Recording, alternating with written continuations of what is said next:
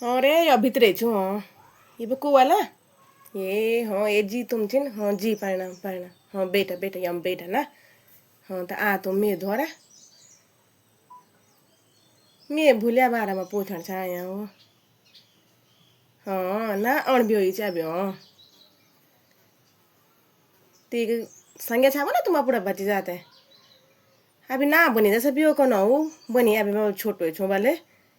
हाँ अब ये जून मास ना थे जन्मदिन है ये जून में भी 42वां लोग होती तो 42वां साल लोग 41 साल पूरी बंदे 42वां लोग हाँ जान दिया छोटी चाहे अभी क्या करनी था छोटी उम्र में भी हो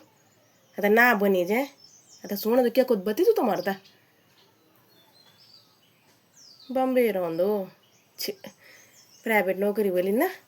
प्राइवेट नौकरी बोलते तो जम्मे ना बने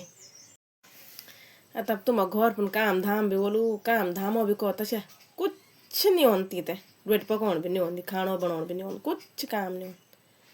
तीन तो जख ब्यो कन यानी जगह जान जो नौकर चाकर वाला के हाँ खाली खान जानती ना हाँ हाँ कुछ काम नहीं करती हाँ आता यार तुम अब तो गाँव में रहंदो तनी कक्षन तो नौकर चाकर भी नहीं छिने कुली गान तो नौकर चाकर भी सरकारी बोल चाहणो बा हाँ ए आता जान दे क्या कहता नाच बनी अभी 41 साल के हुए तो छोटी से जान दे अभी ना होनी जाए तीन उम्र हाँ अब पढ़ने लगी तो जिथी बोल पढ़ने जी वो कनी बने पढ़ने को छू बोल मैं पढ़ने को छू हाँ पढ़नी जाए हाँ तो 12 में पास करना 12 साल लगाई ना देने 12 साल में तो पारा पास हुए हाँ अरे अब 12 साल पास हुएगी अब ये साल तीन को बीए में कराना एडमिशन तो 12-13 साल बीए में तो लगी जाला हाँ तब फूका 50-51 साल फुल करोला ना तो बियो जब बीए कर दियो ले ना जी नहीं होनी ये बात है ना नाच बनी क्या करना मन तो क्या ली क्या करना मैं ना घर दो नंबर दिए भी ना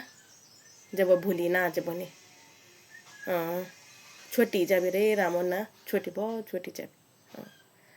ठीक है तो बैठो तो जब तुम तो कुछ बनलो चाय पानी ओ जान छिन जात ठीक चलते अच्छा तो